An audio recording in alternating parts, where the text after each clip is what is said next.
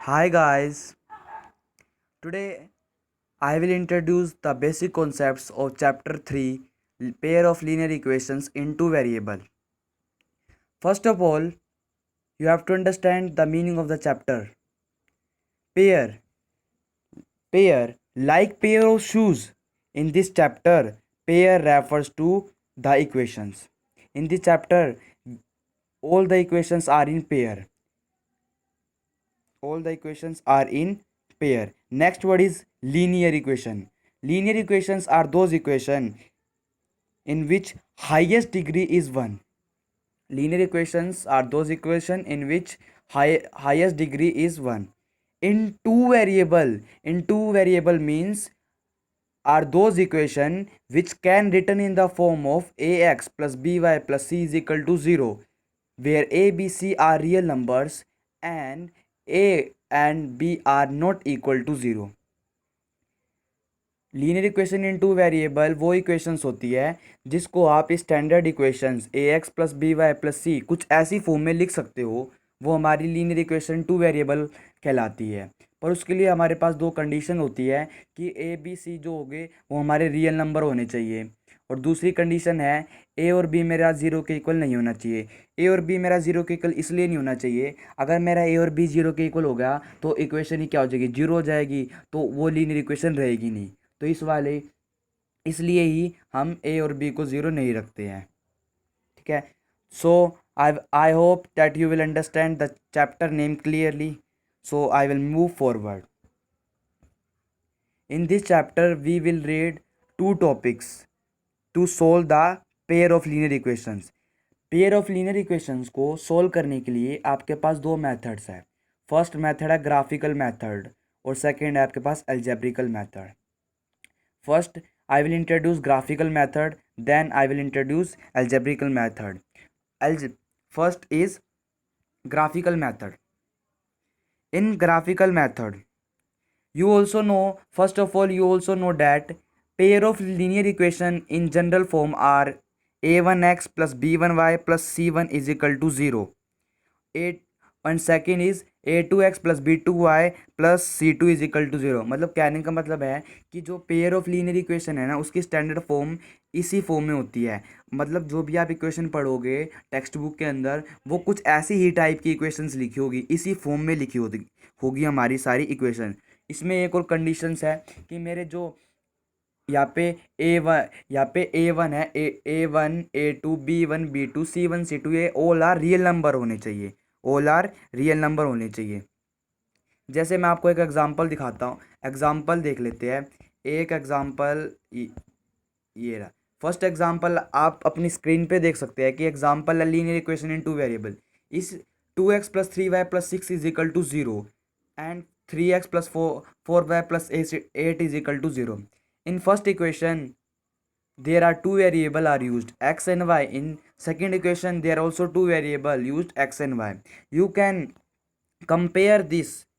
You can compare this pair of linear equation with the standard equation that I talked that I talked. The pair of linear equations you can pair of linear equation standard form is like this.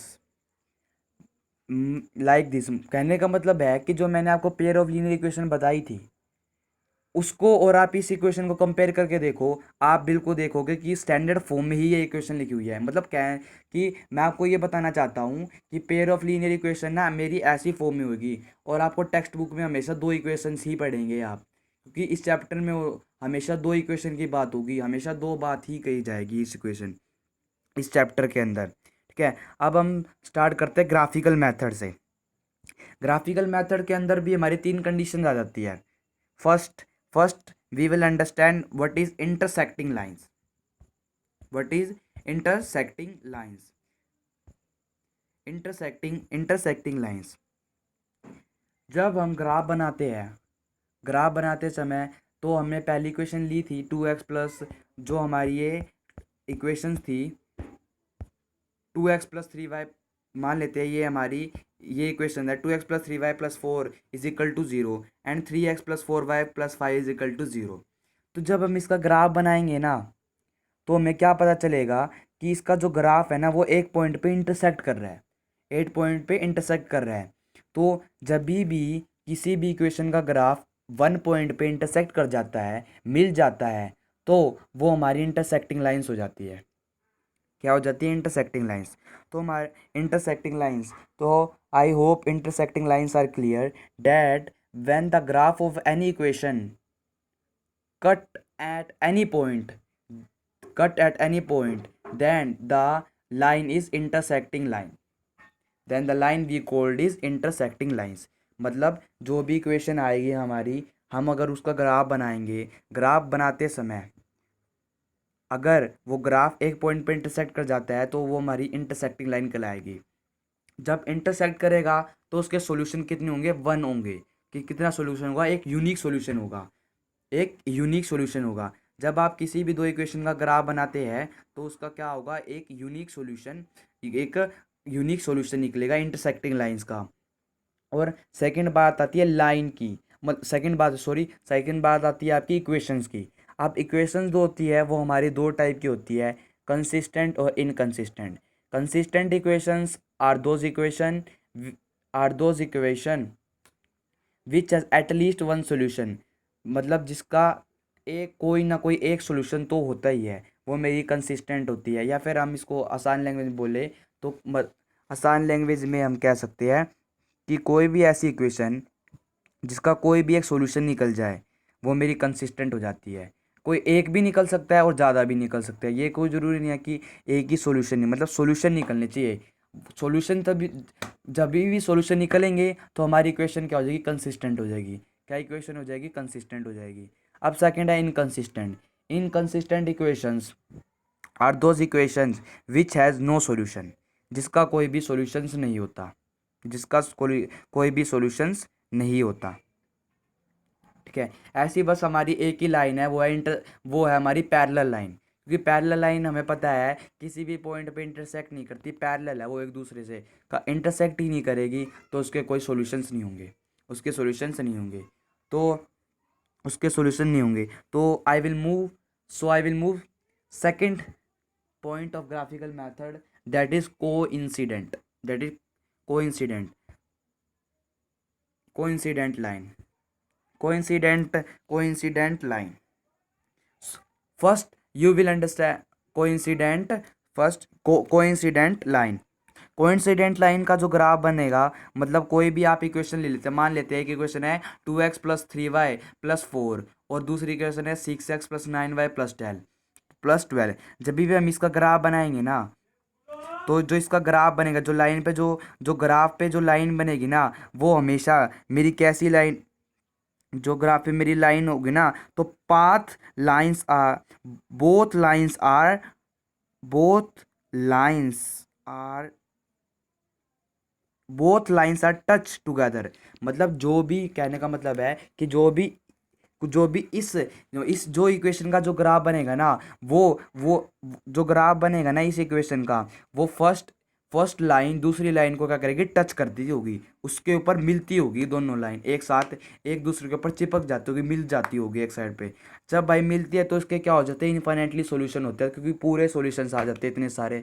और line जो होती है वो मेरी consistent, मैंने आपको बताया था कि क्योंकि भाई सॉल्यूशन इनफाइनाइटली सॉल्यूशन तो है, तो ये मेरी कंसिस्टेंट में जाएगी। और इसको हम इंडिपेंडेंट कंसिस्टेंट में कंसीडर करेंगे, और इंटरसेक्टिंग को करेंगे हम डिपेंडेंट कंसिस्टेंट में, डिपेंडेंट कंसिस्टेंट। अब आती है थर्ड कंडीशन। थर्ड है हमारी पैरेलल का थर्ड है हमारी पैरेलल लाइन। पैरेलल लाइन में क्या होता है? पैरेलल लाइन मैंने आपको बताया, जब लाइन क्या होती है? इंटरसेक्ट नहीं करती और उसके सॉल्यूशंस नहीं होते, वो मेरी क्या हो जाती है? मेरी पैरेलल लाइंस हो जाती है। और इसको हम किस में कंसीडर करते हैं? इनकंसिस्टेंट में कंसीडर करते हैं। किस में कंसीडर करते हैं? इनकंसिस्टेंट में। अब बात आ जाती है हम कैसे ग्राफिकल मेथड को से इक्वेशन को सोल्व करें। कैसे सोल्व करेंगे? फर्स्ट मेथड था, हमने देखा था इंटरसेक्टिंग। तो मान लेते हैं मेरे को गिवन इक्वेशन है 2x + 3y + 4 0 के इक्वल है, और सेकंड इक्वेशन है 3x + 4y + 5। अगर अब हमें इसमें क्या होता है, हमें जो कोफिशिएंट्स होते हैं, पहले हमको पता होना चाहिए कोफिशिएंट्स क्या होता है। कोफिशिएंट्स, तो यहाँ पे जो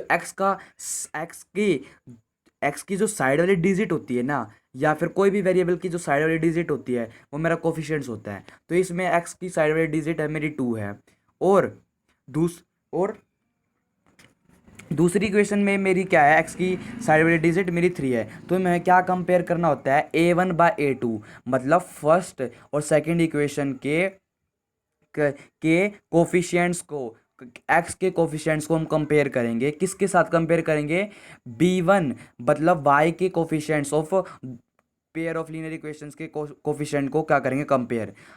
ठीक है, तो हमारे इंटरसेक्ट, तो इस इक्वेशन में क्या हुआ, अगर जब हम 2/3 को 3/4 से कंपेयर करेंगे तो क्या देखेंगे हम, एक ही कंपैरिजन आएगा कि 2/3 क्या है, 3/4 के इक्वल नहीं है। तो हम लिख देंगे A1/A2 is not equal to B1/B2।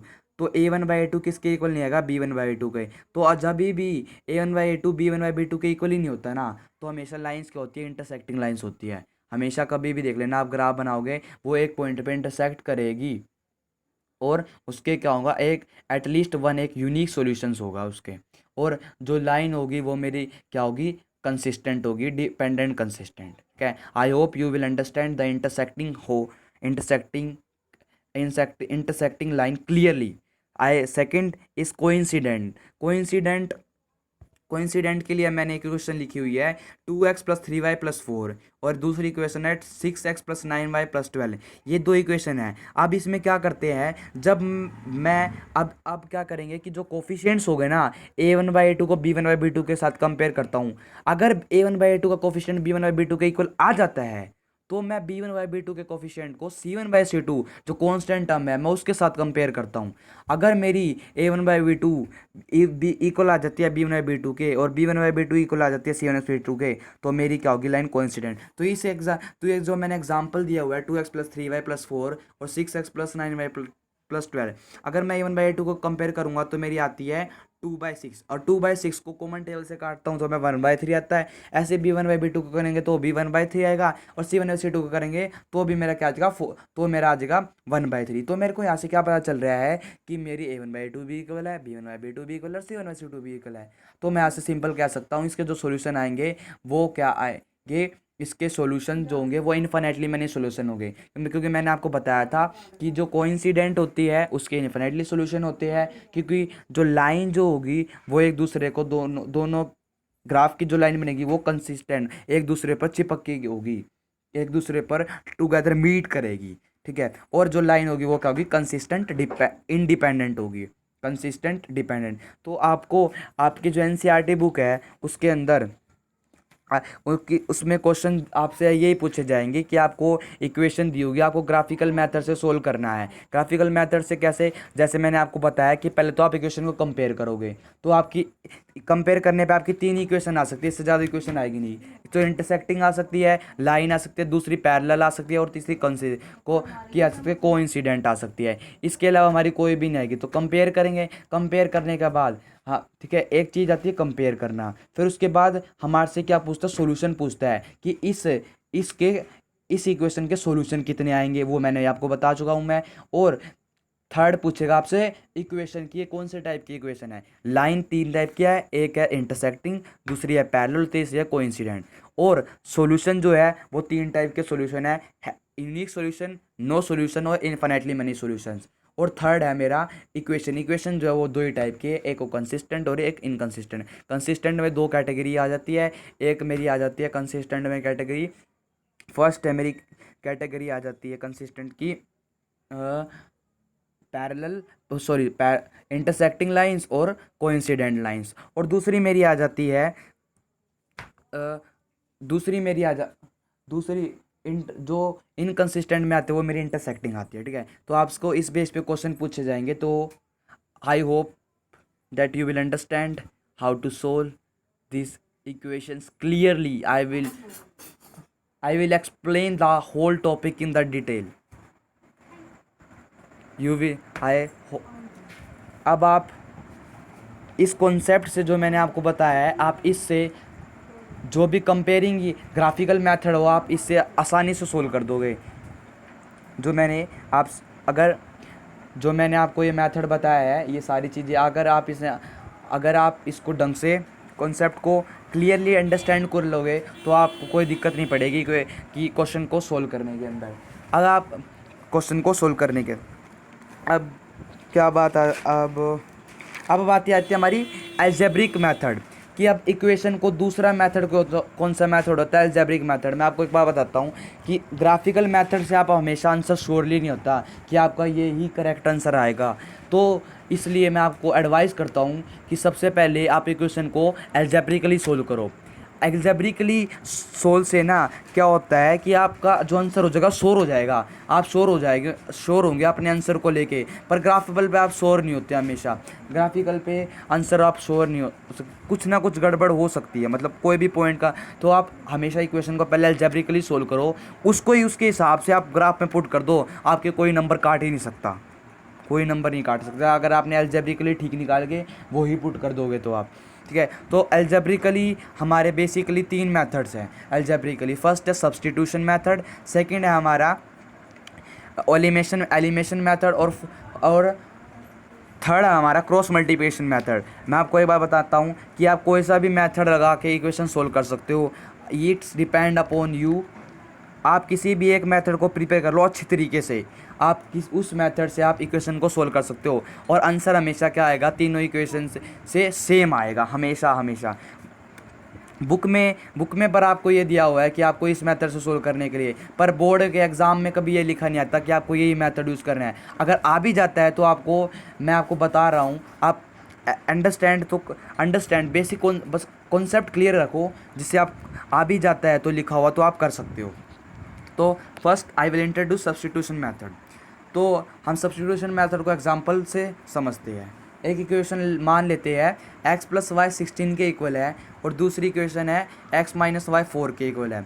तो मैं मान लूँगा फर्स्ट इक्वेशन कि x + y = 16 को फर्स्ट इक्वेशन मान लूँगा, और सेकेंड x - y = 4 को मैं सेकेंड इक्वेशन मान लूँगा। तो इसमें क्या करना होता है, सब्स्टिट्यूट, वर्ड से क्लियर है सब्स्टिट्यूट। हाँ, आपकी मर्जी होती है कि आप पहले फर्स्ट इक्वेशन उठाओ, सेकेंड इक्वेशन उठाओ, उसमें से आप किसी भी एक वेरिएबल की वैल्यू निकाल सकते हो। जैसे मैंने करा है, मैंने फर्स्ट इक्वेशन उठाई और उसमें से मैंने x की वैल्यू निकाल ली। अब मैंने x की वैल्यू निकाली 16 - y। अब मैंने क्या करा, 16 - y मेरी x की वैल्यू आ गई, x की वैल्यू आ गई। आपकी मर्जी है, y की भी निकाल सकते हो, पर मैंने x की निकाल ली है, वो डिपेंड करता है आप पे। और ये भी कोई ज़रूरी नहीं है कि फर्स्ट इक्वेशन से, आप सेकंड इक्वेशन से भी कर सकते हो, पर मैं कर रहा हूँ फर्स्ट इक्वेशन से, जस्ट एग्जांपल है आपको समझाने के लिए। फर्स्ट इक्वेशन जो है x + y = 16, तो मैंने यहाँ से x की वैल्यू निकाली 16 - y। तो मैं क्या करूँगा, 16 - y की जो वैल्यू x की, मैं इसको सेकंड इक्वेशन में पुट कर दूँगा। सेकंड इक्वेशन में पुट करूँगा, जैसे आप देख सकते हो आपकी स्क्रीन पे कि 16 - y, अगर मैंने x की वैल्यू पुट की सेकंड इक्वेशन में, तो 16 - y = 4। तो क्या होगा, -y और -y मेरा क्या हो जाएगा, प्लस हो जाएगा। ठीक है, प्लस, तो -y किसके इक्वल हो जाएगा, 2y आ जाएगा। और ये 16 है, यहाँ पे क्या है, प्लस में, तो वहाँ जाके तो मैं इसको दूसरी साइड लेके जाऊँगा तो ये क्या हो जाएगा, माइनस में हो जाएगा। जब मैं 4 में से -16 को घटाऊँगा तो मेरा आंसर कितना आ जाएगा, -12 आ जाएगा, -12 आ जाएगा। तो माइनस से माइनस कट जाएगा, तो मेरी यहाँ पे y की वैल्यू आ जाएगी सिंपल 6। मतलब ये जस्ट आपको सॉल्यूशन, ये तो बेसिक ही है। आप लोअर क्लासेस में भी आप सोल्व करना तो सीख ही चुके हैं, बस आपको वैल्यू पुट करनी है जैसे मैंने आपको बताई है, और उसको सोल्व कर देना है बस सिंपल तरीके से, जैसा आपने अभी तक सीख के वैल्यू डाल के। तो वैसे ही मैंने सोल्व करा है, y की वैल्यू निकल गई।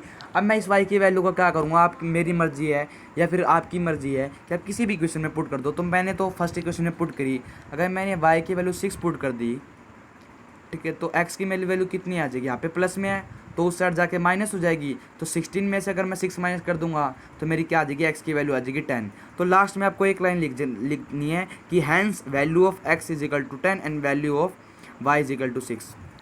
बिल्कुल सिंपल तरीके से बताया मैंने कि सब्स्टिट्यूशन मेथड मतलब सब्स्टिट्यूट, आप किसी भी एक वेरिएबल की वैल्यू निकालो, इट्स योर चॉइस। ये आपकी मर्जी है कि आप सेकंड इक्वेशन उठाओ, फर्स्ट इक्वेशन उठाओ, आप किसी भी एक वेरिएबल की वैल्यू निकालो, उसको सेकंड इक्वेशन में पुट कर दो या फर्स्ट इक्वेशन में पुट कर दो, वहाँ से कोई भी एक वेरिएबल की वैल्यू निकल जाएगी। जो आपने, एक बात ध्यान रखना, जो आप जिसकी वैल्यू आपने रखी होगी ना उसकी अपोजिट की हमेशा वैल्यू आती है। अगर मान लो मैंने x की वैल्यू रखी है तो हमेशा y की वैल्यू आ जाएगी, और y की रखूँगा तो मेरी x की आ जाएगी। पर मैंने इस इक्वेशन में क्या करा, मैंने x की वैल्यू रखी तो यहाँ पे मेरी y की वैल्यू आ गई। y की वैल्यू आने के बाद मैं किसी भी इक्वेशन में एक और पहली दो इक्वेशन में से किसी भी एक इक्वेशन में पुट कर दूंगा तो मेरा क्या आ जाएगा, आंसर आ जाएगा। ठीक है, I hope the substitution method is clear. तो I will move forward, that is second method is elimination method. That elimination method, इस एलिमिनेशन मेथड को भी हम एग्जांपल से समझते हैं। तो फर्स्ट इक्वेशन आप देखोगे, जैसे कि फर्स्ट इक्वेशन क्या लिखी हुई है, 3x + 4y = 10, और सेकंड इक्वेशन 2x - 2y = 2। तो आप पहले तो वर्ड को समझो, एलिमिनेशन। एलिमिनेशन का मतलब है एलिमिनेट, किसी को भी एलिमिनेट कर देना, किसी को भी एलिमिनेट कर देना, किसी भी एलिमिनेट कर देना। इसे मेथड में आपको कुछ नहीं करना होता, बस आपको सिंपल कि आपकी मर्जी होती है, इट्स डिपेंड अपॉन यू, कि आप x और y का आपको कोफिशिएंट सेम बनाना होता है बस। चाहे तो आप x का कोफिशिएंट सेम बना दो, y का कोफिशिएंट सेम बना के उसको एलिमिनेट कर देना है। ठीक है, एलिमिनेट करना है।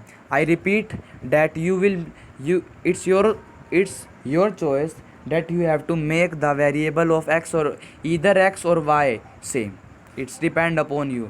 तो मैंने क्वेश्चन में क्या किया है कि मैंने आपको जैसा कि बताया कि आपकी मर्जी होती है कि आप कोई से भी ये दो इक्वेशन में से आप x और y वेरिएबल सेम बना लो। तो मैंने ये दो इक्वेशन में से मैंने क्या करा, x के जो वेरिएबल थे ना वो सेम बना लिए। तो ये ये आपकी मर्जी होती है कि आप कोई सा भी वेरिएबल से y भी बना सकते हो, x भी बना सकते हो, पर मैंने x बनाया। तो x को सेम बनाने के लिए मैंने क्या करा, इक्वेशन फर्स्ट को मैंने 2 से मल्टीप्लाई कर दिया, तो मेरी इक्वेशन बन जाएगी, एक नई इक्वेशन बन जाएगी, मेरी एक नई इक्वेशन बन जाएगी। जो नई इक्वेशन कौन सी हो जाएगी मेरी, कि 6x + 8y = 20। ये मैंने नई इक्वेशन बन जाएगी, इसको मार्क कर लेता हूँ मैं इक्वेशन 3।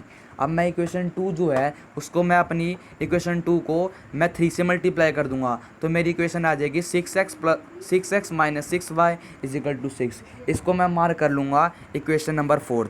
अब इक्वेशन नंबर 3 और इक्वेशन नंबर 4 आपकी मर्जी है, चाहे आप सब्ट्रैक्ट करो, मर्जी आपकी कंडीशन पर डिपेंड करती है। मर्जी भी कैसे, कि अगर आपको एलिमिनेट करनी है भाई, x की वैल्यू एलिमिनेट करनी है, चाहे तो वो प्लस से कर सकते हो, आप एलिमिनेट प्लस से हो रही तो प्लस से करो, माइनस से हो रही है पर माइनस से करो। पर इस सिचुएशन में हमारी एलिमिनेट करना है तो हम माइनस करके करेंगे एलिमिनेट। तो मैं 4 को 3 में से माइनस कर दूंगा इक्वेशन में से, तो 6x + 8y = 20 में से मैं माइनस कर दूंगा 6x - 6y = 6। तो 6 से ये x का वेरिएबल सेम बनेगा, तो यहाँ से मैं इसको एलिमिनेट कर दूंगा।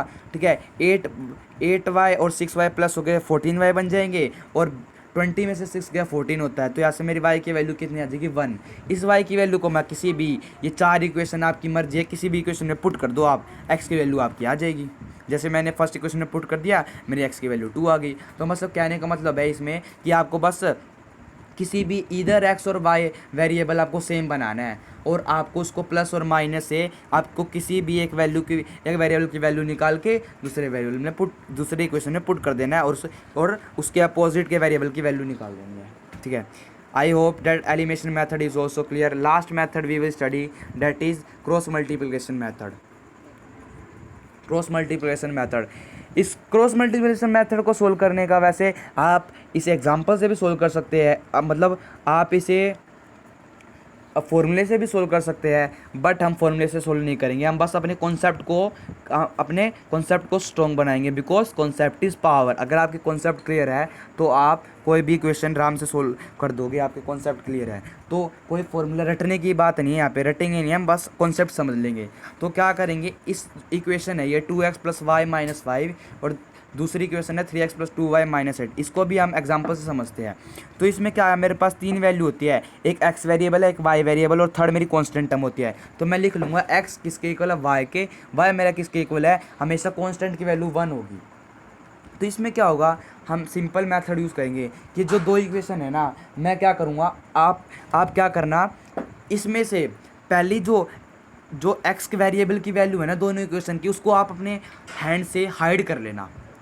ठीक है। तो यहाँ पे 2x प्लस 3x जो ये वेरिएबल की वैल्यू है ना 2x और 3x को अपने हैंड से आप हाइड कर लो, इसे इसको हाइड कर लो। और जो आपके पास दो दो दो इक्वे जो आपके पास दो वैल्यू बची है वाई प्लस 2y और -5/-8, तो अब क्या करोगे आप x के नीचे पहले तो आप x कोफिशिएंट लोगे, x बाय उसके नीचे लिखोगे।